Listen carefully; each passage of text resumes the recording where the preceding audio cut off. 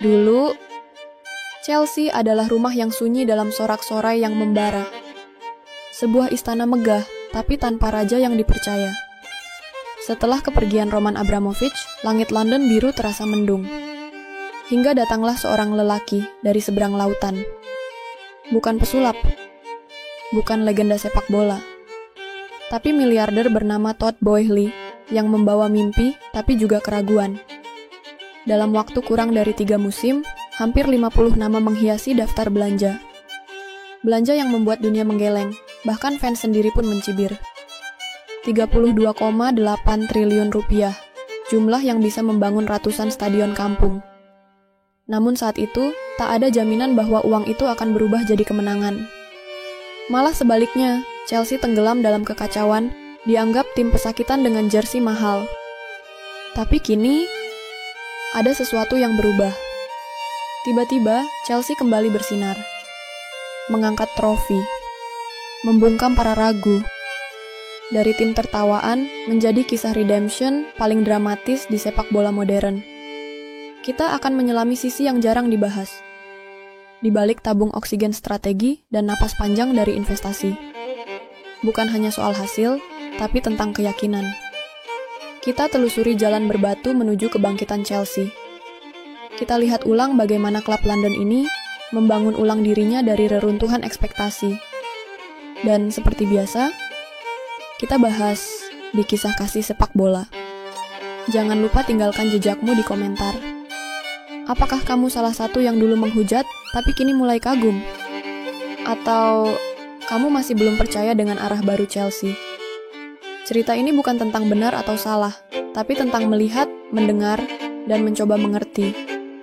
Karena sepak bola tak selalu berbicara dengan hasil, tapi dengan perjalanan. Semuanya dimulai dari keraguan. Keraguan yang tak diucapkan dalam 1-2 kalimat, tapi bergaung dalam forum, di kolom komentar, di pundak pemain muda yang belum terbiasa jadi pusat sorotan. Boehly datang, dan semua berubah. Chelsea bukan lagi klub yang menunggu peluang. Mereka menciptakan gelombang. Satu persatu nama datang. Enzo Fernandez dari Argentina, Cole Palmer yang dicuri dari tangan Manchester City, Moises Caicedo yang dibayar mahal, tapi tetap disambut penuh harap. Saat semua mengira ini hanya tabungan tanpa rencana, Chelsea mulai menunjukkan arah. Musim 2024-25, tahun yang tak akan dilupakan oleh fans biru. Chelsea mengangkat trofi UEFA Conference League, mengalahkan Real Betis dengan skor 4-1. Laga yang awalnya hanya dianggap hiburan, kini berubah jadi penegasan. Chelsea masih hidup dan kini sedang bangkit. Tak hanya itu, di penghujung tahun yang sama, Chelsea mengukir sejarah lain. Di tanah yang jauh, di panggung Piala Dunia antar klub, mereka membungkam PSG. 3 gol tanpa balas. Bukan hanya menang, tapi menguasai. Tiba-tiba, 2 trofi mengisi lemari kosong yang sebelumnya hanya terisi tawa sinis. Dunia mulai menoleh lagi ke arah London Barat. Bukan karena uang, tapi karena akhirnya, proyek gila ini mulai berbentuk. Tiba-tiba, 2 trofi mengisi lemari kosong, yang sebelumnya hanya terisi tawa sinis. Dunia mulai menoleh lagi ke arah London Barat. Bukan karena uang, tapi karena akhirnya, proyek gila ini mulai berbentuk. Dan 2 nama yang jadi pusat narasi adalah 2 anak muda yang dulunya dianggap terlalu mentah, tapi kini jadi tulang punggung. Enzo, yang kini bermain bukan hanya dengan kaki, tapi juga kepala. Palmer, yang mengubah nyanyian Benchwarmer menjadi game changer. Mereka bukan sekadar pembelian, mereka adalah alasan.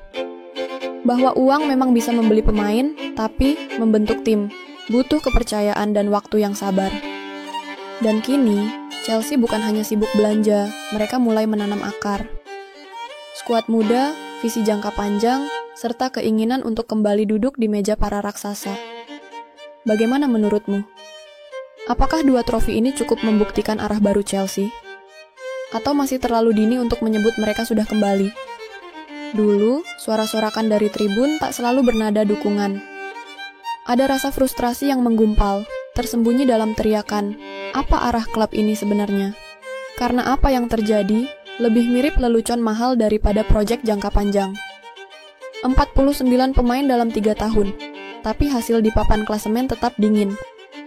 Pelatih datang dan pergi, seolah ruang ganti bukan tempat kerja, tapi halte singgah untuk ide-ide yang belum matang. Graham Potter. Frank Lampard kembali, tapi bukan sebagai pahlawan. Bruno Saltor. Mauricio Pochettino.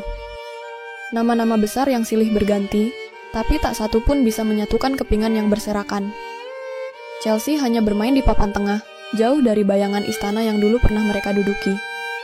Media Inggris menyebut proyek Boehly sebagai baling-baling tanpa arah. Fans mulai menyebut para pemain barunya sebagai pemain mediocre berharga bintang 5. Tapi dalam diam, terjadi sesuatu di dalam tembok Cobham. Mereka yang dulu dianggap tidak cukup hebat, kini menjadi tulang punggung.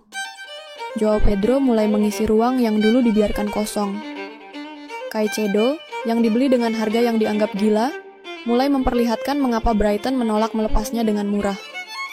Dan Cole Palmer, si anak buangan dari Etihad, kini mencetak angka demi angka, dan tak sekadar mencetak gol, tapi membentuk identitas. Di pundaknya, Chelsea belajar berjalan kembali. Dari ketidakpastian, muncul arah. Musim terakhir, Chelsea mengakhiri dengan senyum. Peringkat keempat, tiket kembali ke Liga Champions dan rasa percaya yang dulu sempat ditinggalkan di lorong ruang ganti, kini pulang ke rumah. Dari skeptis jadi optimis. Dari mediocre menjadi solid. Dari kekacauan menjadi kebangkitan. Menurutmu, apa momen yang benar-benar mengubah arah Chelsea? Apakah kemenangan besar, atau justru diam-diamnya mereka bekerja dalam bayang-bayang? Tulis jawabannya di komentar kini.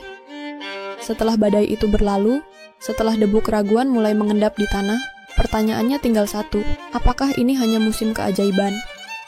Ataukah tanda bahwa mahkota itu akan kembali ke kepala yang sah? Chelsea sudah merasakan 2 gelar, yang satu, pengakuan Eropa. Yang lain, pengakuan dunia. Tapi apa selanjutnya? Premier League? Liga Champions? Atau kembali terjebak di siklus? Karena kenyataannya, Liga Inggris bukan arena belas kasihan. Manchester City masih menari dengan algoritma sempurna.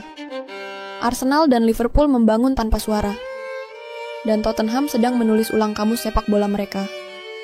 Tapi, di sela semua itu, ada Chelsea, tim muda yang belum selesai tumbuh, tapi sudah belajar bertarung. Kini mereka punya identitas, visi jangka panjang, dan yang paling penting, mental baja hasil ditempa dari rasa ditertawakan. Dulu, mereka ditertawakan karena boros. Sekarang, mereka ditakuti karena berani. Dan jika masa lalu adalah luka, maka masa depan adalah luka yang sembuh, yang membentuk kulit baru, kulit juara. Di antara semua kisah di Eropa, Chelsea mungkin satu-satunya tim yang berhasil mengubah parodi menjadi puisi, mengubah krisis jadi kredibilitas. Dan dari reruntuhan, mereka membangun istana yang bahkan belum selesai berdiri.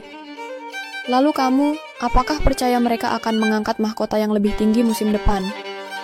Ataukah masih menyimpan ragu bahwa ini semua hanya ilusi jangka pendek? ChatGPT said, berikut adalah segmen 5, penutup. Di balik uang, ada harga yang lebih mahal dari dokumenter kisah kasih sepak bola, ditulis dengan gaya puitis, menyentuh, dan cocok untuk voice-over AI bahasa Indonesia, serta fitur text to video dari Pictory AI. Segmen Lime, penutup. Di balik uang, ada harga yang lebih mahal, visual pembuka. Kamera perlahan menyorot dari atap Stamford Bridge ke bawah, memperlihatkan kursi-kursi kosong, lampu mulai dipadamkan, musik latar menjadi syahdu. VO, akhirnya, cerita ini bukan tentang berapa banyak yang dibelanjakan, tapi seberapa besar yang dikorbankan. Bukan tentang siapa yang dibeli, tapi tentang siapa yang bertahan. Todd Boehly datang dengan keraguan, dianggap gila, ditertawakan, dihina. Tapi setiap langkahnya menjadi batu loncatan dari puing-puing era sebelumnya. Dari klub yang kehilangan arah, menjadi pasukan yang tahu kemana ingin melangkah. Chelsea sekarang bukan lagi sekadar proyek mahal, mereka adalah simbol dari sebuah keyakinan, bahwa setiap tawa sinis bisa dibungkam jika dibalas dengan kerja keras dan hasil nyata. Ini adalah klub yang telah belajar bahwa uang bisa membeli pemain, tapi bukan identitas. Dan kini, identitas itu sudah mereka temukan kembali. Jika kamu merasa kisah ini layak didengar lebih banyak orang, bantu sebarkan. Klik langganan, tinggalkan komentar, dan nyalakan notifikasi. Karena di lapangan yang sama akan selalu lahir kisah yang baru.